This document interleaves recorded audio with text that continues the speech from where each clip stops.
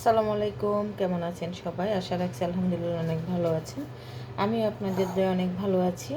তো আমি আজকে অনেক দিন পর একটা মিষ্টি আইটেম বানাবো, সেটা সবাই পারেন। আমার কাছে একটু স্পেশাল মনে হয়।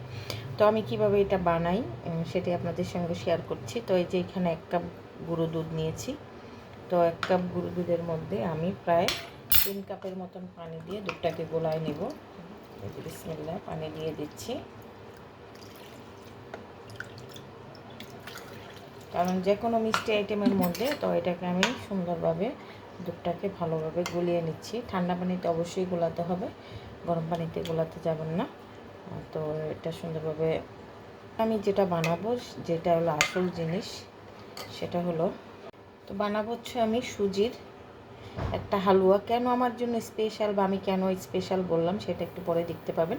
তো এখানে আমি 1 কাপ সুজি ঠান্ডা পানিতে বা ঠান্ডা দুধের মধ্যে দিলাম। আমি আরেকটু দিব, আমি এই যে 1.5 কাপ দিয়ে দিয়েছি। তো এটাকে আমি সুন্দরভাবে গুলিয়ে নিব। এটা কারণ হচ্ছে যখন আমরা এটা গরমে দিতে যাব তখন এটা দলা পেকে যায় আর কি।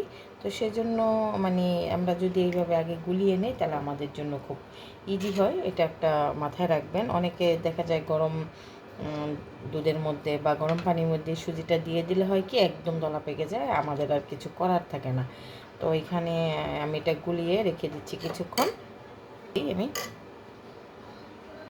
আমি যেটা করব, এখানে আমি বেশ কিছুটা ঘি দিয়ে দিচ্ছি। এখানে আমি 4 চামচ, প্রথম এই যে আমি প্রায় 8 চামচের মতন ঘি দিয়ে দিচ্ছি।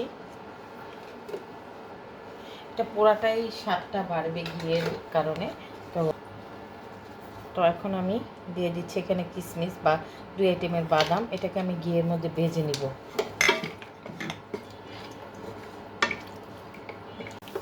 আমি অনেক দিন পর এরকম মিষ্টি জাতীয় রান্নার ভিডিও নিয়ে আসছি। বেশিরভাগ আমার পেজে ব্লগ ভিডিওগুলোই যাচ্ছে, আর মাঝে মধ্যে একটু রান্নার ভিডিও দিচ্ছি। এতে আমি বুঝতেছি না এতে আমার পেজের ক্ষতি হচ্ছে কি না নাকি। তো আমি চেষ্টা করতেছি পেজটাকে সাজানো।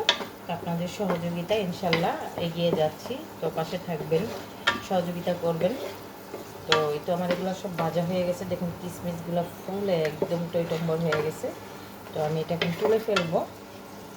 এগুলো সুন্দরভাবে ভাজা হয়ে গেছে, তো আমি একটু সাইডে রেখে দিচ্ছি। এখন আমি এইখানে 1 কাপ চিনি দিয়ে দিব।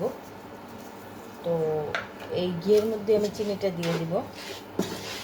আমি এখানে 2 কাপ চিনি ইউজ করব। তো আমি ঘিয়ের মধ্যে কেন চিনিটা দিচ্ছি, আজকে আমি তৈরি করব ক্যারামেল সুজির হালুয়া। এটা খুব স্বাদের একটা হালুয়া, খুব মজা হয়। তো এটার মধ্যে আমি এই চিনিটাকে ক্যারামেল করব। আমি আরেকটু চিনি দিয়ে দিব, পরে আমি 1/2 কাপ দিব। তো এটা দিয়ে আমি এটাকে ক্যারামেল করে নিব। তো দেখতে থাকুন ভিডিওটা। আমার এটা আপনারা যারা আমার ভিডিও দেখেন বা সুন্দর সুন্দর কমেন্ট করেন, আসলে খুব ভালো লাগে। তাদের প্রতি রইল আমার অনেক অনেক ভালোবাসা, দোয়া। আমিও চেষ্টা করি আমি প্রত্যেকটা ভিডিও আপুদের ভাইয়াদের আমার সামনে আসলে আমি সুন্দর একটা কমেন্ট করি, লাইক বা ওয়াও যাই হোক সুন্দর একটা দিই। তো সবাই আমরা সবার সাথে আছি, এর জন্য খুব ভালো লাগে। আমরা কেউ কাউকে ছাড়া এগিয়ে যেতে পারবো না। তো দেখতে থাকুন আমি এটাকে কিভাবে করি। দেখুন চিনিটা কিভাবে গলে গেছে। এটা একটু সময় সাপেক্ষ, একটু ধৈর্য নিয়ে করবেন। এইভাবে গলে যাবে আস্তে ধীরে, একদম গুড়ের মতন হয়ে যাবে। তো এমনিতে এটা ব্রাউন সুগার, তো এটার আরেকটু ইজি হবে, কালারটা একটু সুন্দর হবে। তো ওই তো গলে গেছে, এখন এটা ক্যারামেল হয়ে যাবে। ঘিগুলো একদম উপরে ভেসে গেছে, এটার আসল স্বাদই ঘি হবে। তো মোটামুটি আমার এটা ক্যারামেল হয়ে গেছে। আমি আরেকটু এটাকে করব, একদম লো হিটে করতে হবে। যদি ইন্ডাকশান চুলা থাকে তাহলে একদম মিনিমাম 400 ভলিউম যেটা সেটা দিবেন, বা 200 ভলিউম দিয়ে এটা করবেন। আস্তে ধীরে সুন্দর হয়ে যাবে।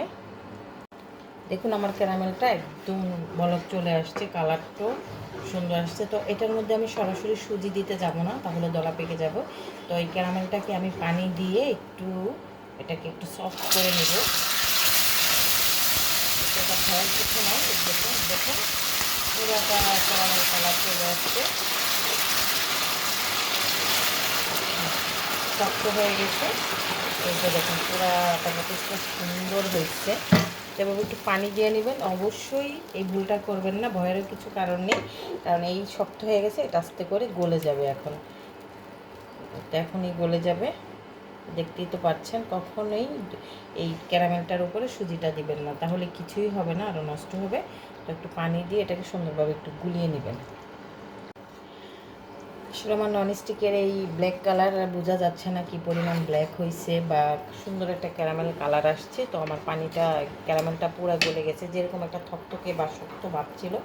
তো এটা হচ্ছে যে গোলানো সুজিটা, এটাও বসে গেছে। এটা খুব সুন্দরভাবে নাড়িয়ে নেবেন, নাড়িয়ে একটু ভালোভাবে করে নেবেন। তো আমি হচ্ছে এটা পুরাটাই ঢেলে দিচ্ছি এখন, ঢেলে নাড়তে থাকবো এটাকে আমি। এই যে অনবরত নাড়তে থাকবো, না এটা এখন নেড়ে এটাকে আমি করব। দেখুন মাশাআল্লাহ কতটা কালার আসছে। এখন আমি চুলা বাড়িয়ে দিব, অনবরত নাড়তে হবে। তো এই তো এইভাবে আমি একদম অনবরত নাড়তেছি, না নাড়লে বসে যেত। একদম স্মুথ হয়েছে। এখন আমি আগে যে চিনিটা দিয়েছিলাম ওটা তো ক্যারামেল চিনি, তো এখন মিষ্টির জন্য আমি আরও হাফ কাপ চিনি অ্যাড করে দিয়েছি। এই তো এখন পুরাটা স্বাদ। আর আমি মিষ্টি আইটেমে দেওয়ার না দিই, সুজিটা করলে একটু লবণ দিই। তো আমি আগে একটু লবণ দিয়েছি অফ ক্যামেরায়। তো এই যেভাবে এখন নাড়তে থাকবে, এখন মিষ্টির স্বাদটা টোটালটা এখন সুন্দরভাবে আসবে। আগেরটা তো কালার ছিল, ক্যারামেল করার জন্য চিনি ছিল। তো এটা দেখতে থাকুন, আমি নাড়তেছি এইভাবে অনবরত। এমনিতে হালুয়া করতে গেলে একটু কষ্ট হয়, নাড়তে হয়, এই আর কি। আমার হালুয়া প্রায় কমপ্লিট, শুকিয়ে যাচ্ছে। তো এখন আমি কি এই যে বাদামগুলো ভেজেছিলাম ওগুলো কিছুটা দিয়ে দিচ্ছি, আরও দিয়ে দেবো 2 চামচ ঘি।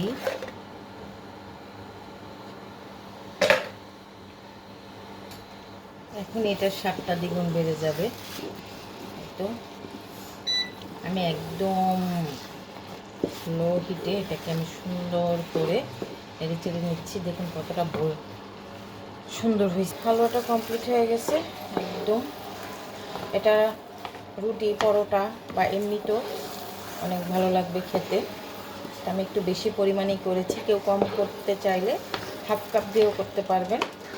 তো আমি এটা আর শক্ত করবো না, যেহেতু এটা আমি এমনিতেই খাবো। যদি আমি কাটতাম বা একটু স্লাইস দেওয়ার চেষ্টা করতাম তাহলে আরও শুকাইতাম। তো দেখুন মাশাআল্লাহ কতটা সুন্দর হয়েছে। আমি এখন একটা বাটিতে সার্ভ করে দেখাচ্ছি এটা কতটা লোভনীয় হয়েছে। এখন কতটা লোভনীয় হয়েছে মাশাআল্লাহ, একদম ঘি উপর দিয়ে বেশি গেছে। স্বাদও আলহামদুলিল্লাহ অনেক ভালো হয়েছে, আমি টেস্ট করে দেখেছি। তো বাসায় এরকম স্পেশাল কিছু হালুয়া বানাইতে চাইলে অবশ্যই ট্রাই করে দেখবেন, ভালো লাগবে। পরিবারের সবার সঙ্গে শেয়ার করবেন, সবাই খেয়ে প্রশংসা করবে আপনার। তো আজকে ভিডিওটা কেমন লাগলো অবশ্যই একটা লাইক দিবেন, কমেন্ট করবেন, শেয়ার করবেন, পাশে থাকবেন। তো আর আগাচ্ছি না, ভালো থাকবেন সবাই। আল্লাহ হাফিজ, আসসালামু আলাইকুম।